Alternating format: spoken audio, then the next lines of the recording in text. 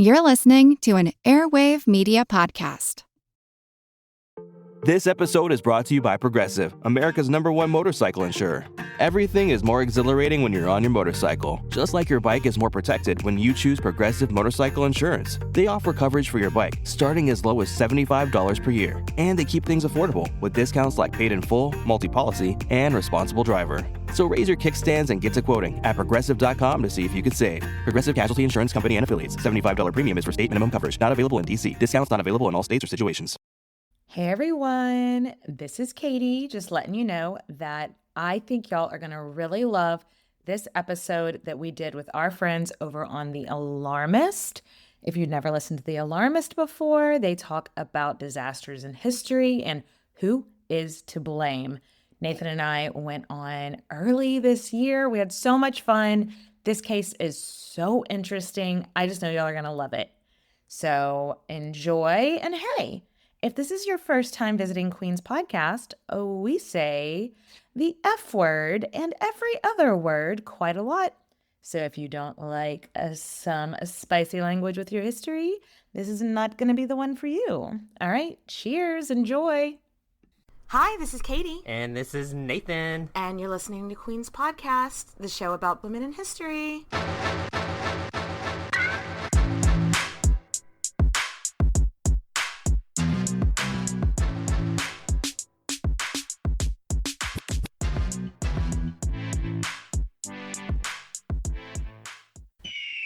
I was born with a special gift, the ability to mentally transform any situation into the worst case scenario in my own brain. My therapist calls my gift catastrophizing. And that's why I'm uniquely qualified to scrutinize and analyze history's greatest disasters and find out who's to blame. They say history repeats itself. Not on my watch. My name is Rebecca Delgado Smith, and I am the Alarmist.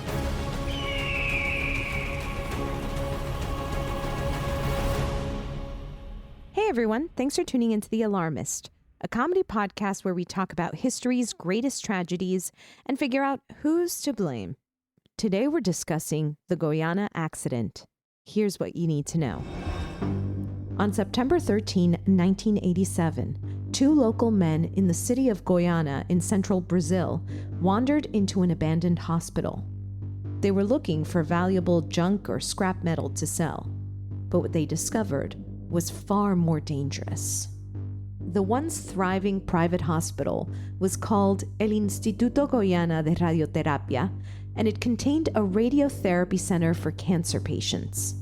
In 1985, the hospital moved locations and left behind a teletherapy unit.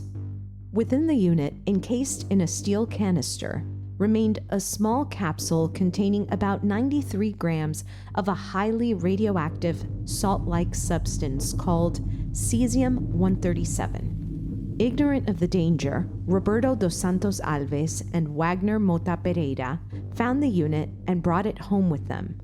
That night, they began experiencing dizziness and diarrhea. The next day, Wagner's hand had become swollen and irritated. They sought medical help, but were told it was probably a reaction to something they had eaten. Roberto was driven by curiosity and continued to dismantle the teletherapy unit. He eventually pried open the steel, wheel-shaped canister and outpoured a powdery substance. Roberto thought it might be gunpowder and tried burning it, but luckily for him, nothing happened. It's clear that the men did not know they were dealing with radioactive material. A few days later, the men sold the teletherapy unit to a scrapyard, where the owner, Dever Alves Ferreira, noticed a glowing blue light that was emitting from the canister.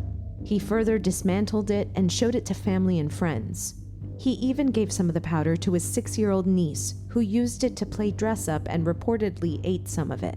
Eventually, Ferreira's wife, Maria, noticed that she herself and other people around her were getting sick and grew suspicious of the blue substance. On September 28th, 15 days after its first discovery, Maria transported some of the material to the hospital, where it was confirmed to be radioactive. Local, national, and international media outlets picked up the story, and a countrywide panic broke out. Over 100,000 people flooded into hospitals, believing they may have been infected. Time magazine would later call the incident one of the world's worst nuclear disasters. Fun facts, aka death stats. The cesium-137 was spread around so much that contamination was later found to reach 100 miles away. Of the 85 homes found to be significantly contaminated, 41 were evacuated and 7 were demolished. Cleanup generated 3,500 cubic meters of radioactive waste, equal to more than 275 truckloads, at a cost of $20 million. Heavy rain that fell days after the incident complicated the response by dispersing cesium-137 further into the environment. Following the incident, a triage was performed in a soccer stadium where over 112,000 individuals, 10% of the population, were screened for radioactive contamination, skin and/or clothing, from September 30th through December 21st, 1987. 249 people were exposed to radioactive materials. 46 people received medical treatment for radioactive contamination, and 4 died from radiation sickness. With us today, we have producer Clayton Early, Hello. fact checker Chris Smith, Hi. and our very special guests today are Katy Hearn Church and Nathan Foster. Hi, Katy and Nathan. Hi. Hello. Thank you so much for having us. We are so excited. Thank you so much for being here. We are, Katy and Nathan are the hosts of Queen's podcast. I love this podcast. I sure hope our listeners listen. Can you tell our listeners a little bit about your show? I would love to. Nathan, would you like to take it away? Sure. We like to pair famous women from history with a cocktail and, spill some tea, maybe some bourbon. It is a little bit drunk history meets a little bit gossipy meets actual real history research, and we have a lot of fun. If you like history and booze, and you might like our show. I really think they will. We've studied a few queens in our history. Yeah, we've come across a We've few. done the Anne Boleyns. Yeah. We've done Jane Seymour. Rebecca doesn't Bloody know. Boleyn is Mary. Katie's ride or die. We'd like to start off the show by asking our guests, what is something that's recently alarming you? What's something that's keeping you up at night? Oh, God. Gestures vaguely at everything. So accurate. Yeah. Just, I don't know. What has anything been in the news lately? Oh, God. I don't know. I haven't really checked. Yeah. We stopped looking. Yeah, we did too. That's one of the things with history, though. You can go back and you start seeing all these red flags. And then whenever you start seeing them nowadays, you're like, uh-oh. Yeah. Remove myself from this situation, or else I'm going to have a straight up panic attack for no reason in front of everybody in the grocery store. Oh my God. Honestly, that's such a great response that I can really relate to. It's like future red flags that you're seeing. And I can understand why, as two people who, and a group of us here who enjoy history and learn about history all the time, it's like that is somewhat comforting and somewhat alarming as well. Mm-hmm. Absolutely. Yeah. It is hard to be someone that studies history and then watching history repeat itself. Mm-hmm. And we covered Eva Peron last year. And I don't want to get into modern day politics, but there were things that I was like, oh no, that seems a little too familiar. Right, oh no. right. It can be very alarming. Yeah. I will have to put Evita on our list. Y'all should definitely cover what happened to her body after she died. I think that might be an interesting. Ooh, wow. Really? She was a jet setter. After death. Damn. Wow. Okay, we're absolutely put it on putting our her on. list. Yeah. Clayton's on it. So there's no easy transition. Alarms. talk about a lack of alarms that happened in the Goiana accident.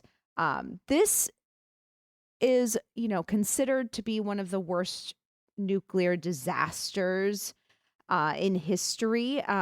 It is fascinating how just like a few errors just led to the contamination of an entire so nonchalant, city. just like just a couple errors, like breaking into a hospital and accidentally stealing something that looked steel. Right. Whoopsie. You know what it feels like when you think about the potential Yes. for sort of a nuclear disaster? Your mind goes to these like Independence Day war kind of stuff, or like huge factories that are overheating. Right. And, But this feels like a B story in that movie's Absolutely. A story. You know what I mean? This feels like two bumbling fools like on their own little journey who had this comedy of errors. Yeah, Yes, it really is the comedy version that, like, if you're in the play, you don't treat it as a comedy, of course. It's more like a traumedy of errors. I would say. Traumedy of errors. Yes, perfect. I guess the sort of like, what would you say the ignorant? I mean, do you want to just throw up the ignorance of we could throw something on the board. Just like radiotherapy in general, like to get started? What do you think? So I mean, I think we can absolutely call it that. I was thinking we could call it like the poor labeling. Oh, bad labeling. Okay.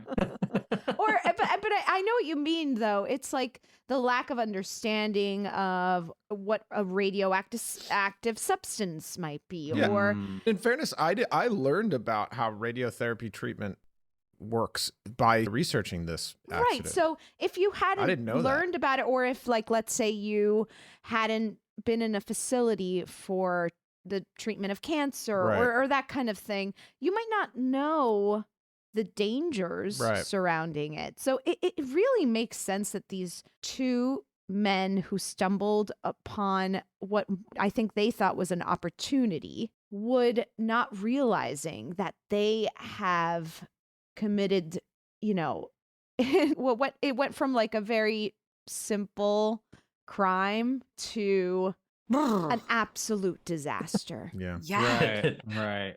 Is a direct statement from people in Brazil. Just two people being like, oh, cool, we can steal this shit. No one's going to miss it. This place seems to be a little bit abandoned anyway. To, oh no. Yes. Oh no, radiation poisoning. National we have some problem. sparkly dust. Yes, like we call this on our show like a major oopsie daisy. Yeah. Yes, oopsie daisy. Big old oopsie. It's like one of the biggest we've come across, honestly. As soon as weather heats up, I get the itch to refresh my whole closet. But I'm not about to drop that much money on stuff I'm going to wear once and forget by August. Right? That's why I've been loving Quince. They've got timeless pieces that are actually affordable and make me look like I've got my life together. I picked up this 100% European linen dress from Quince. It was like $40, and I swear it looks designer. I've worn it to brunch, to the farmer's market, to lie dramatically on the couch. It does it all. I got their Italian leather sandals and a linen shirt, and the quality, chef's kiss. It feels like luxury, but without the rich uncle price tag. Plus, I just love that Quince works directly with top-notch factories that actually treat people right. So you're looking good and you're doing good. So go upgrade your summer wardrobe already with Quince. Go to quince.com/queenspod for free shipping and 365-day returns. That's QUINCE.com/queenspod. You know what doesn't belong in your hot girl summer plans? Getting roasted by your wireless bill. Yep. While you're planning beach trips and backyard barbecues, your phone plan should not be the thing holding you back. That's why I made the switch to Mint Mobile. Mint has premium wireless starting at just $15 a month. That's right, 15. Same network, same coverage, way less cash. All their plans come with high-speed data, unlimited talk and text, and you can even keep your phone and number. I use it, and you should too. My old plan, it was highway robbery. Mint Mobile saves me a ton without sacrificing service. So while everyone else is sweating surprise charges, you can be chillin'. literally and financially. This year, skip breaking a sweat and breaking the bank. Get your summer savings and shop premium wireless plans at mintmobile.com/queens. That's mintmobile.com/queens. Upfront payment of $45 for 3-month, 5 GB plan required, equivalent to $15 a month. New customer offer for the first 3 months only. Then full price plan options available. Taxes and fees are extra. See Mint Mobile for details. Let's put cesium-137 up on the board. Sure. A little backstory here on what that is. This is from the U.S. Environmental Protection Agency website. Cesium, chemical symbol CS, is a soft, flexible, silvery white metal that becomes liquid near room temperature, but easily bonds with chlorides to create a crystalline powder. The most common radioactive form of cesium is CS-137. CS-137 is produced by nuclear fission for use in medical devices and gauges.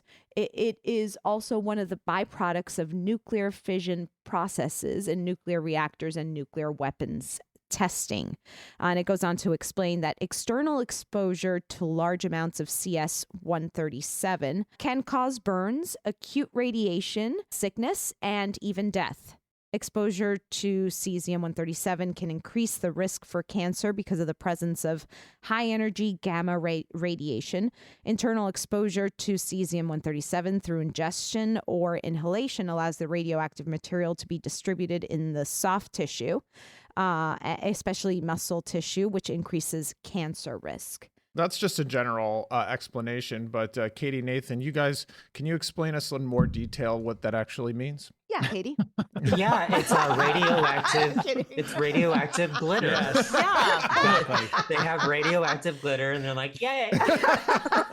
So, moral of the story. Sadly, that is exactly, Nathan, how it was explained at the time. So one of the victims of this terrible disaster was a 4-year-old girl who was given the substance essentially to play with. Right. And they thought it was like beautiful and it looked like glitter. They put it all over their body and I think at some point it must have transferred onto some food that she was eating.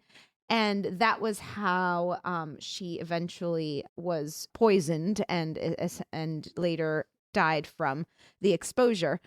But it was just the fact that like there was a glowing substance. So we have this on our planet. It's like, how do we have this stuff? It's such a double-edged sword, right? Because it's what's used to It's useful, treat. right? Right. Well, it calls on the owners and the creators of this material to take special care not to let it get into other people's hands, right? Obviously, only a percentage of the world knows how this stuff is made and how it works, right? So how do we capture that on the board? Like poor like management or we can put the IGR, which was the hospital itself that was abandoned. Okay. We can put that up on the board. This is from Argon Electronics website. The IGR, Instituto Goiana de Radioterapia. Nailed it. Nailed it. It had moved 2 years earlier, leaving behind an obsolete teletherapy unit in the abandoned clinic. The institute failed to inform the authorities of the existence of the outdated device, and the machine had sat unattended in the building in downtown Goiânia, 600 miles from Sao Paulo, until the two criminally enterprising men removed the unit in a wheelbarrow while evading a security guard in the process.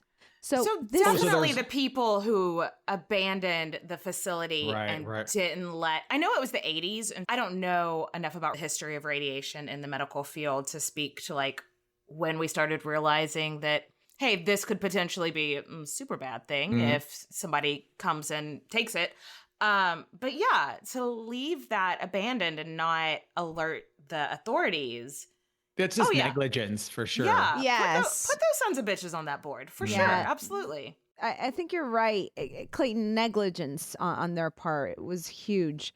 This was an abandoned building, and it wasn't the first time that people had broken into this building. So the fact that it was just that these two men stumbled upon the device, and from what my understanding is that they had some tools with them, tried to tinker with it, to get the canister out, weren't able to, so they like put it in a wheelbarrow and brought it to their home to use some stronger, to get some better tools. And we got to put them on the board too, right? Yeah. Absolutely. Yeah. There's like a lack of, I don't know, like from what I was reading, this happened after Chernobyl happened.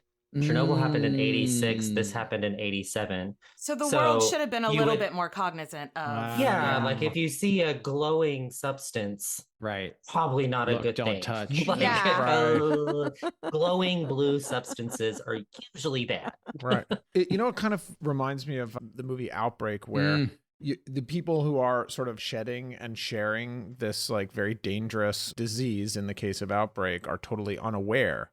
Right. And these guys were just so unaware, which makes it like it seems funny to us, but it's obviously like extremely tragic and scary at the same time. Like one of the guys, Roberto, like dug into the crystal, right? Yes. Like he like broke it up, and so he released puts more of it, and he's having a hard time opening it up. And so from what I've heard is he puts it under this mango tree in his backyard, and he's like trying to pry it open. The other scrap metal hunter, who's Wagner Mota Pereira, and then the other Roberto dos Santos Alves are the two guys who steal this.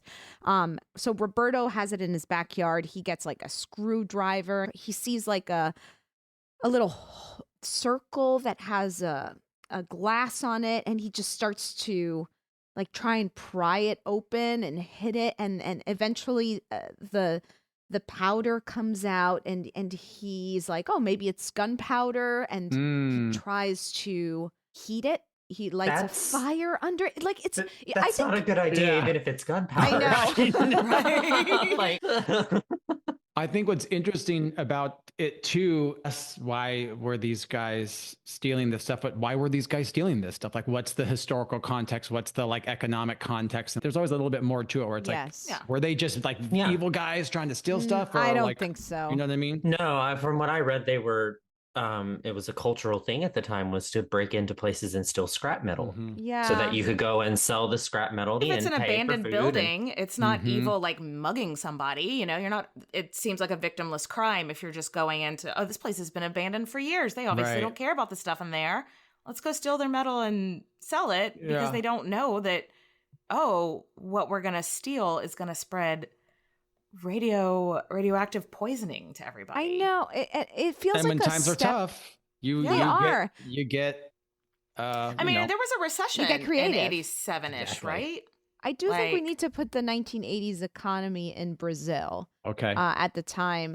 So the 80s, the economy in Brazil was experiencing a significant downturn. It was marked by high inflation, a growing external debt, and the beginning of what would be known as the, quote, lost decade, a period of economic stagnation and crisis that plagued the country throughout the 1980s. This was largely due to a combination of factors, including rising oil prices, high interest rates, and unsustainable government spending, leading to a balance of payments crisis and currency devaluation. So 80s are tough.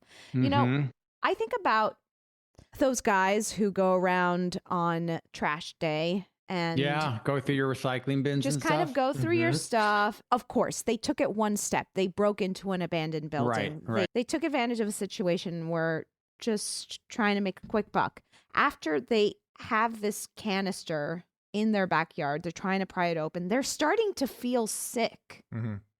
They go to the doctor. The doctors all say that they think that they had food poisoning or some kind of allergic reaction. Roberto decides that he's just going to sell this. He's going to try and get whatever he can. One account I heard was $25 for this canister. Wow. He sells it to a guy who has a scrapyard, and that then gets taken from one place to another place in the city. So that's already exposing more people in the transport of that.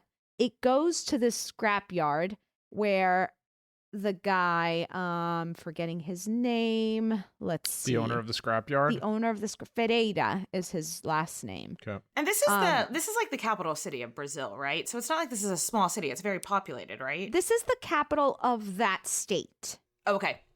It's the largest city in that area in central Brazil. Right. There's about a million people. There's a million people in the city. And it's a pretty dense city. Right. So the canister goes to the scrapyard. That's where the guy starts noticing the blue glow. And that's when he starts saying, wait a minute, this thing I bought for $25, this might be worth a lot of money. And he starts showing it to people and people are interested. Of course, unknowingly, he gives some of the substance to his niece. Right. Who is the 4-year-old who later dies. His wife starts getting very sick. She goes to the hospital. They tell her again that she has food poisoning, but she's the one actually who comes back and says, this is odd. This might be from connected. And she puts the material in a bag, a plastic bag, takes it back to the hospital on a bus. Wow. So it's like good, but it's also exposing. Also, it's more exposure, people, you know. Public transportation, we're already sometimes like asked to elbow with everybody on it anyway. Just your bag of radiation. Yes. Yeah. Well, this explains the public panic, I guess, after the fact, because everyone was so worried about exposure, right? Yeah. Right. So she actually is the one who puts an end to this accident. Luckily, it doesn't just continue to sit somewhere and continue to expose people. But just for that period of time, she also ends up dying. So she is one of the 4 people who die. The woman who brought it to the hospital? Yes. Yeah. Well, Her I name mean, was she Maria. was, she was the one who pieced it together and prevented even more of an outbreak. So she kind of is, credit to her for taking that action. And the doctors at the hospital who were like, wait a minute, maybe this isn't poisoning. Maybe this could be some kind of radioactive exposure. Yeah. It's also hard to think about, like, on one hand, you almost want to be like, put the doctors on the board for telling them that they had food poisoning when it was something so much more serious. But we also have to remember what pre-internet life was like. Right. Like, these doctors haven't, you're just going to like your family physician. They don't know what, they're just like, oh, that sounds like food poisoning to me. Right. You know? And I'm sure the guys didn't tell them, hey, we found this canister that has glowing blue glitter in it. Like from they didn't tell stolen them scrap metal. Yeah, so the patient might not have been forthright with everything that they had done. Yeah. And I think if they had told them everything that had happened, they would have been like, wait a second. Glowing blue glitter. But the woman, what was her name again? Maria. Maria probably told her doctor, or maybe didn't even think to mention it, but still just think how lucky we are to live in the time of the internet where you could like maybe put a video up on Reddit and be like, any ideas, y'all? Yeah, what is this? Figure it out. It's figured out pretty quickly. I mean, the fairness, I mean, we should just put the doctors up on the board just for the sake of being holistic about this, even though they might come down. Oh, they'll come down real quick because I just don't think the first thing you're going to think of. Why would you? Yeah. And exactly, Katie, unless you know the details about what has happened like in the past few days. I want to point out, I do think it is really important that when we go to doctors, we think about any changes that have happened in because so many times it is time and time again, it just happens to be like one little change that happened that you might not think is that important, you know, like, oh, you started taking a vitamin or, you know, something that you don't realize, you don't put a lot of thought behind, but it ends up, you know, you could be allergic to it or who the hell knows, you know? But also when it comes to radiation and stuff like that back then, and probably still now, I don't know that my family doctor that I go see when I just have aches and pains and colds would guess radiation. Yeah. Even now, yes. So back in the 80s when your only specialists were probably seeing shit like that at Yeah. all. So, this doctor may have went to 8 years of medical school, but probably not for cancer specialists, Right. or whatever else radiation is. What is it? Is it used for anything besides cancer? I don't really. Anyway, it's a good I question. think that's it. I'm Radiation not sure. therapy. I think there's some immunotherapies maybe that they But in the use it 80s, in, but primarily cancer, I think, is the... So unless you're like a specialist for Dealing with this, regularly. Yeah, why would you just be like, oh, you got all that gross stuff that comes with food poisoning. You might live in a low income place where you might have been, it's way more likely in a low income place that you had bad fish than you had radiation poisoning. Right. Yeah. Absolutely. It's a reminder that it's really just a process of elimination when it comes to you and your doctor, and that's why there's a lot of questions, and you have to be so thorough, to Rebecca's point, because it's like otherwise they're just like, I don't know, like a ton of things cause aches and pains. Yeah. What kind of Did you work out? Let's get specific. Yeah. So the moral of the story is, if you steal some scrap metal and it's glowing and Tell there's your some doctor. really fancy dust coming out of it, it might be related to your health issues. Yeah. The fact that this radioactive material is so accessible, I think we need to put that up on the board. Okay. The accessibility of radioactive material. This is from the National Library of Medicine. As little as 100 grams of highly radioactive material, such as cesium-137, may lead to a massive environmental contamination, fatalities, and permanent disability due to acute radiation sickness, wreak havoc, and disrupt society on a scale that is challenging for public health officials to manage. Thousands of tons of radioactive materials from the waste products of nuclear weapons and power plant manufacturers will have to be stored for at least 100,000 years to prevent danger to human life and society. Public health officials and governments must build systems to keep humans safe and physically isolated from these radioactive materials for as long as possible. So, just the idea of radioactive material. I mean, it must be so valuable. Like, they create energy. I mean, obviously, they you use them for power plants, right? But and then they also have this radiotherapy for cancer treatment. So they must have a lot of value of these like powerful chemicals. It's just so volatile. Material. That's the unfortunate side of it. It's so dangerous, right? Yeah, it's. I mean, what is radioactive? Jeez, this is like, what would you say its primary use is? It's probably energy from power plants, right? That's mainly. That's what I would think is energy for power plants, and then weapons would probably be right behind it. Yeah. Those two things are probably the leaders of it. But I mean, Chernobyl was the same way, where once that happened, you have to like block it off for 200,000 years. Like it's crazy to think about that. Long after we're gone, no animals can touch that ground because they all get sick. Blow up. I don't know how science works, but maybe they blow up. well, and that's like the maintenance of that. Like, how are they? We as humans have a really poor track record on our maintenance, right? Oh, yeah. A lot of things fall apart. So are we telling the people as we die off to the next generation, hey, by the way, make sure you take care of that chamber over there. It has a ton of like killer stuff in it that you don't want to mess with. Yeah. I mean, we're still trying to figure out things that happened 2,000 years ago. Right. I mean, I think that like we have better ways of, I guess, do we have better ways of preserving things? I don't know. I was going to say like back then people could write on tablets, right? But nowadays we have paper and like the cloud that we send information to. How are people in the future going to be able to access this? Because it's getting more and more. AI is going to take over, and they're immune to the radio. Doesn't matter. But my point is like, God forbid there's like a huge fire and we lose all of our libraries. How are we going to communicate? We're going to have to build a radioactive reactor to create power so that we can build our phones and clouds again. But then we'll have to store the waste. But like to even leave the instructions of hey, the radioactive material is here.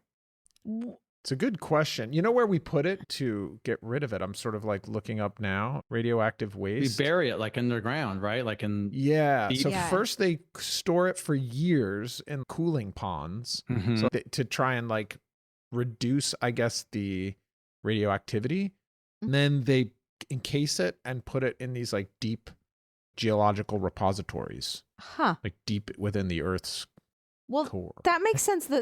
So apparently there were a few houses that were so contaminated by this radioactive material that they just had to demolish and then take all of the debris, the building material 2 miles and miles away to an isolated area and bury it. You just don't mess with this stuff. So I think the accessibility to me is like is like kind of a universal major problem outside of this incident. Just feels like we should all be really alarmed how easy it is to take a small amount of something so volatile and create like a huge public health issue. Yeah, I feel like the accessibility plus the lack of management of what happened kind of, it's just like a simultaneous thing there. Right. It's like you guys didn't realize that there was radioactive material in this abandoned building and you didn't do anything about it. Like you just left it there. You should have a list of all your material that when you're moving hospitals, don't you have like a really intense list of all the really bad stuff?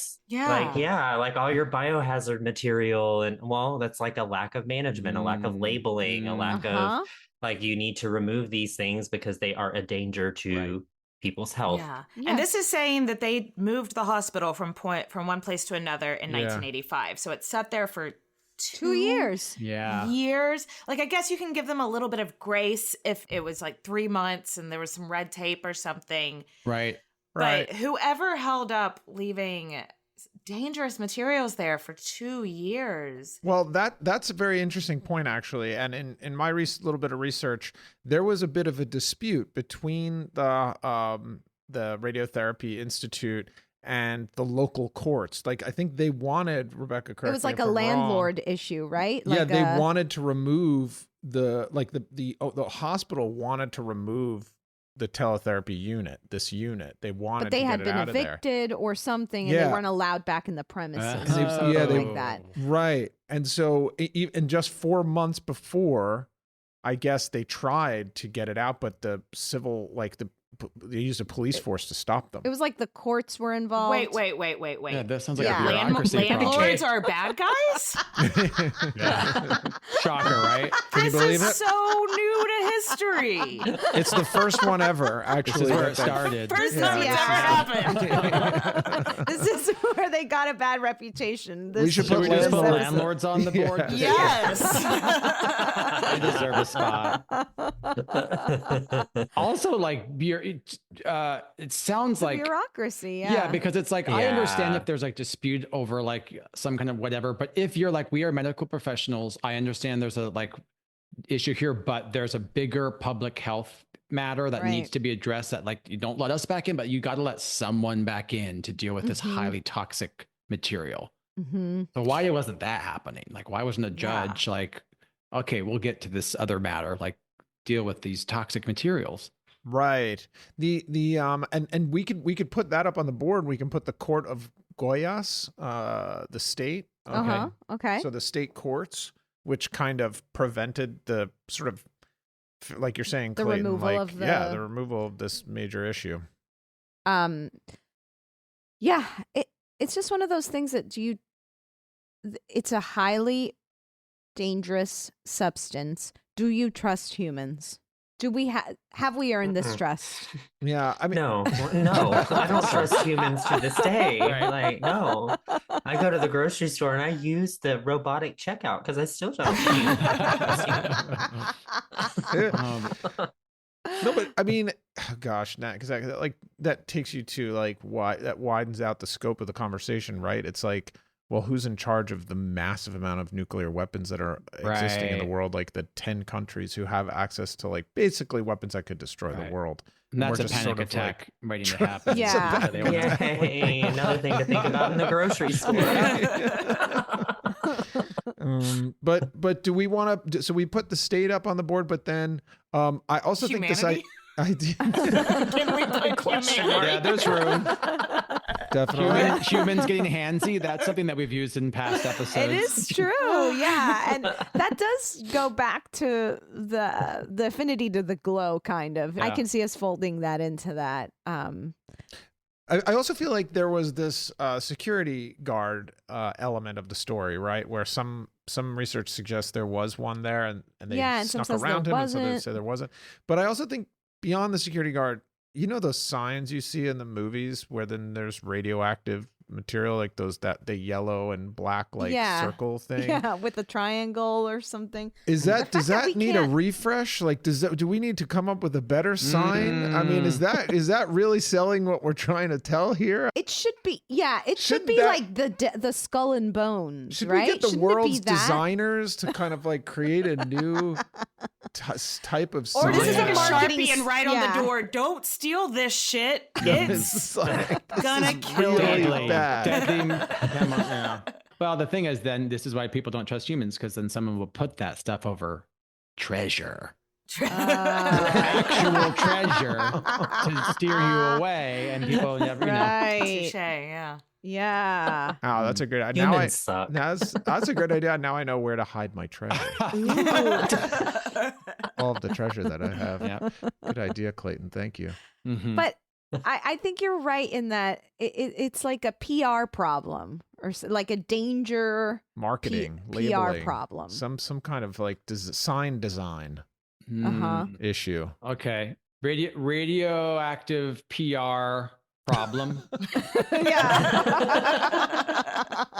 Sure. I think it's legit. I think it's a legit concern. Is there anything else we want to throw up on this board? Are we missing anything? We're so thorough. What could we possibly be missing here? Right. I just want to say, thinking about this canister, because the way that radiotherapy treatment works is like, I guess there's this little crystal of like this cesium-137 or whatever. And it's in this case and it's totally blocked. Like, so it's safe. Like you can be near it, I guess. And then it just like, the case has this little opening and it gets like a little bit of exposure of the stuff inside, and then it's closed again. And like that little bit of exposure is supposed to kill like your cancerous cells or whatever. So you're supposed to like sort of aim it at your cancerous cells. But the stupid me is like, why couldn't the hospital or like the cleanup crew or whatever just like take that canister, just the canister? You can leave like all the other stuff, but like take the canister and get that out of there. I mean, am I stupid? Is it oversight? I mean, maybe they thought, well, they were saying that they wanted to go back and get this stuff is what you were saying, right? That's yeah, they did. And maybe there was like an issue with like how they were going to do it.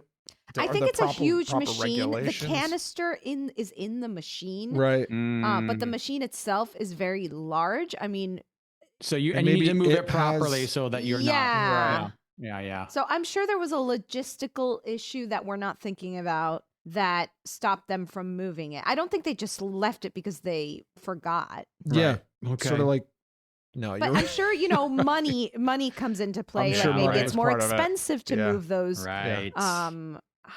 And they already had problems with government spending at the time and inflation and all those things. So it's like, whoa. Tough. It's just like all of these outside factors that always play a huge role in these disasters.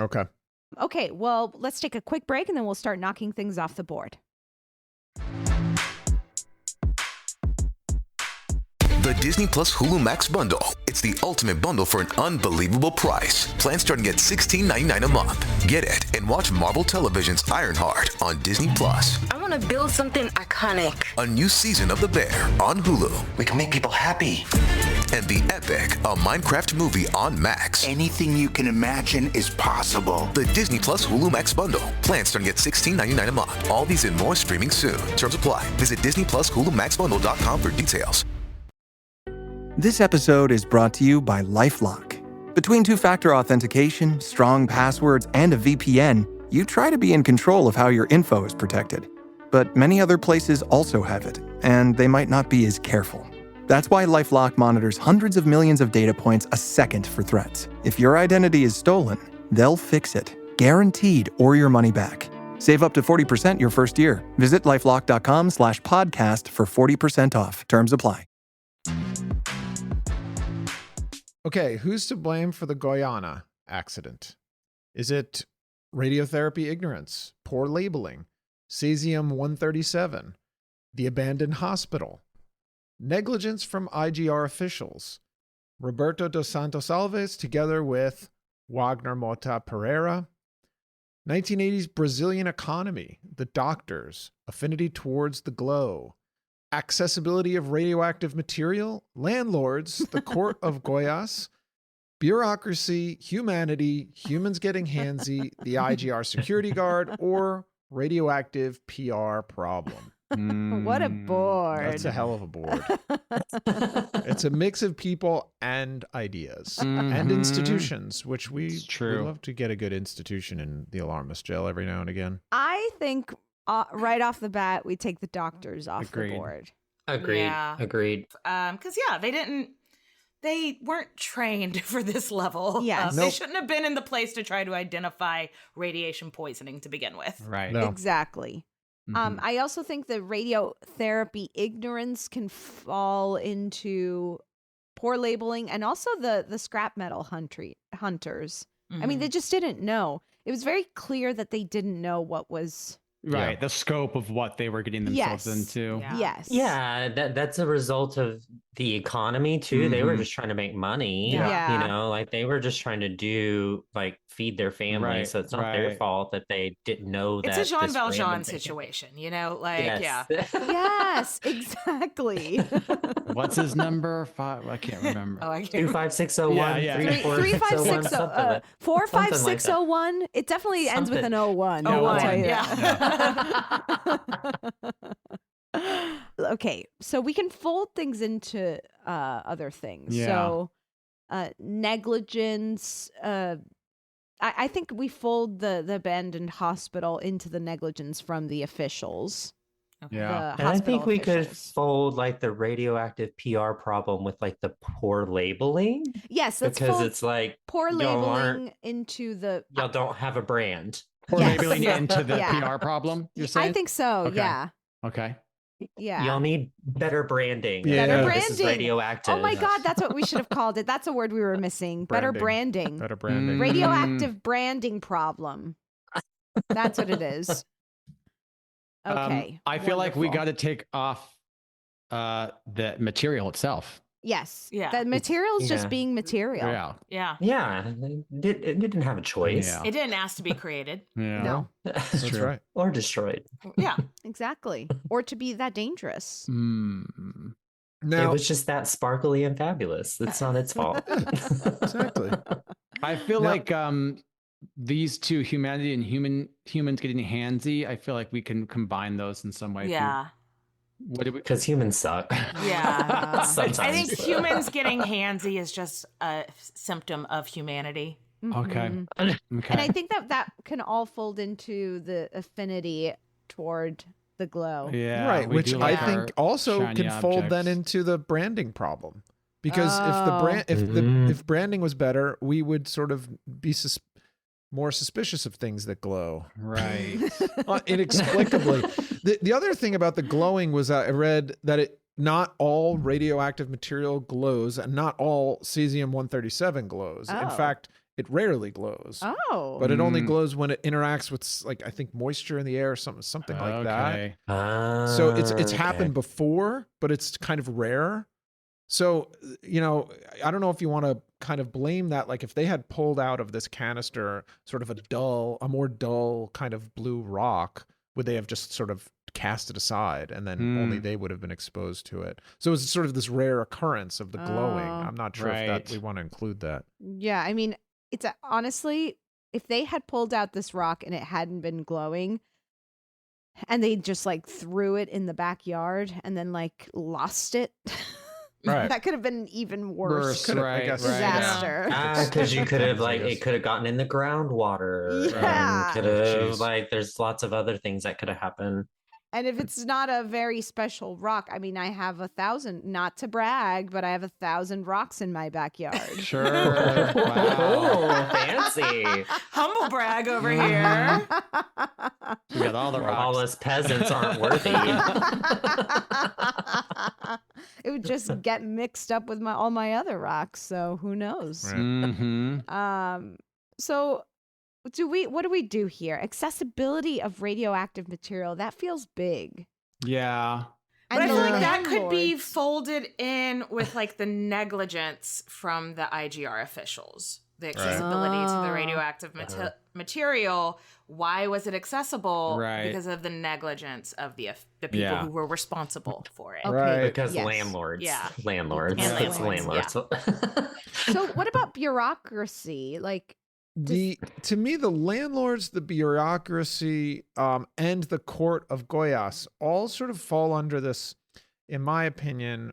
I think more to blame than all three of those things is the negligence from the IGR officials, because they were the original, okay, we are going to set up a radiotherapy center here, right? It was their idea. It's their business. right. So, with that comes whatever large happened. responsibility. Yeah, with that comes the responsibility of, Yeah. even if you do face, I guess they were prevented from safely removing this unit, but they should have been even more steadfast in trying to get it out. I think. I don't know. I guess I don't know enough about how it all went down. It's like hard to say who's to blame, but to me, they were the originators of they built it, they put it there. They are the ones who are responsible, Right.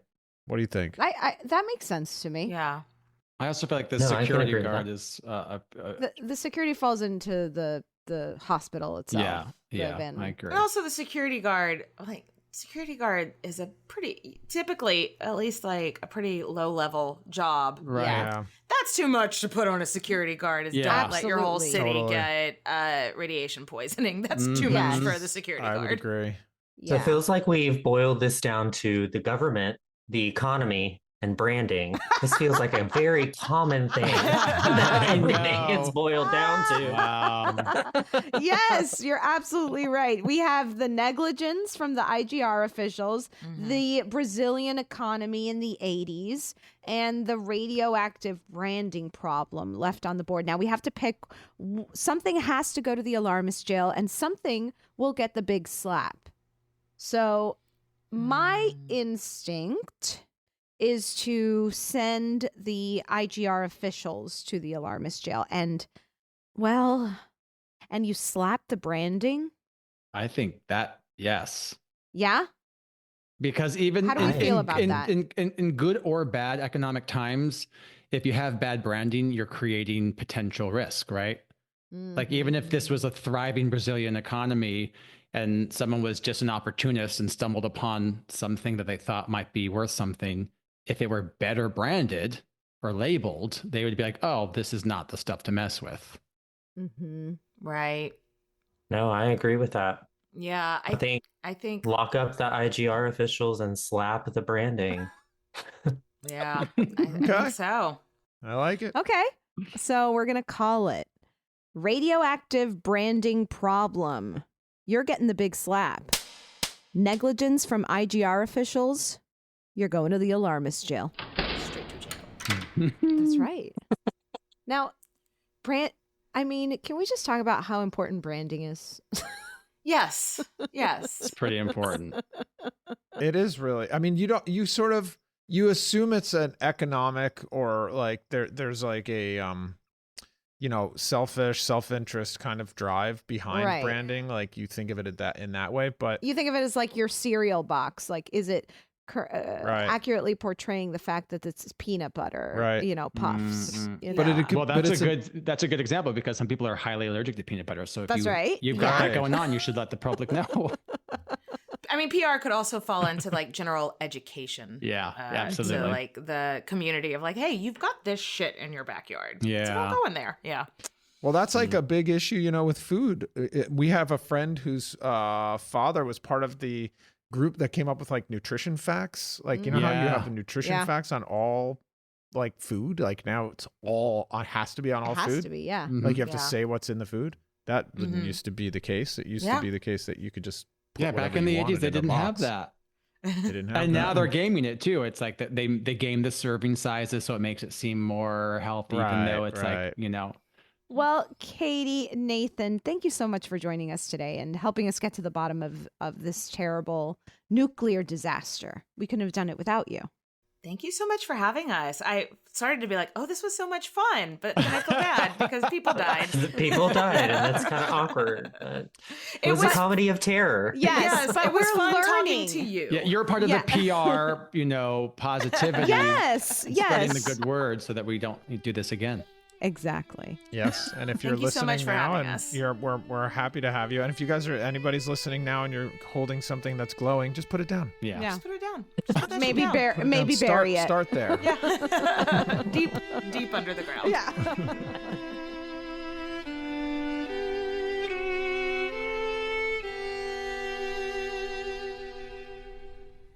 In the aftermath, beyond the tragic deaths and injuries the exposure incident caused, it also had a profound psychological effect on the population in the region. The citizens of Goiânia suffered from anxiety and depression and were isolated by nearby provinces who boycotted products from the area. Tourism to Goiânia collapsed and businesses crumbled. The total economic losses were estimated to be in the hundreds of millions of dollars. The Alarmist is now on Patreon. Subscribe and get ad-free content along with bonus episodes. Go to patreon.com/thealarmist or check out the link in our show description. Visit our website, www.thealarmistpodcast.com, and follow us on Instagram @thealarmistpodcast and on Twitter @alarmistthee. You can also send us your thoughts via email to thealarmistpodcast@gmail.com. Today's episode was produced and engineered by Clayton Early with editing by Molly Hockey and fact-checking by Chris Smith. Thank you to our associate producer and researcher, Crystal Dinsberg. The Alarmist is executive produced by Rebecca Delgado Smith. Tune in next week. We'll be discussing the Great Chicago Fire.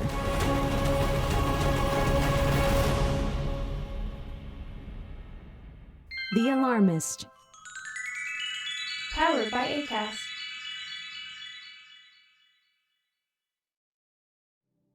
Do you find it hard to sleep at night?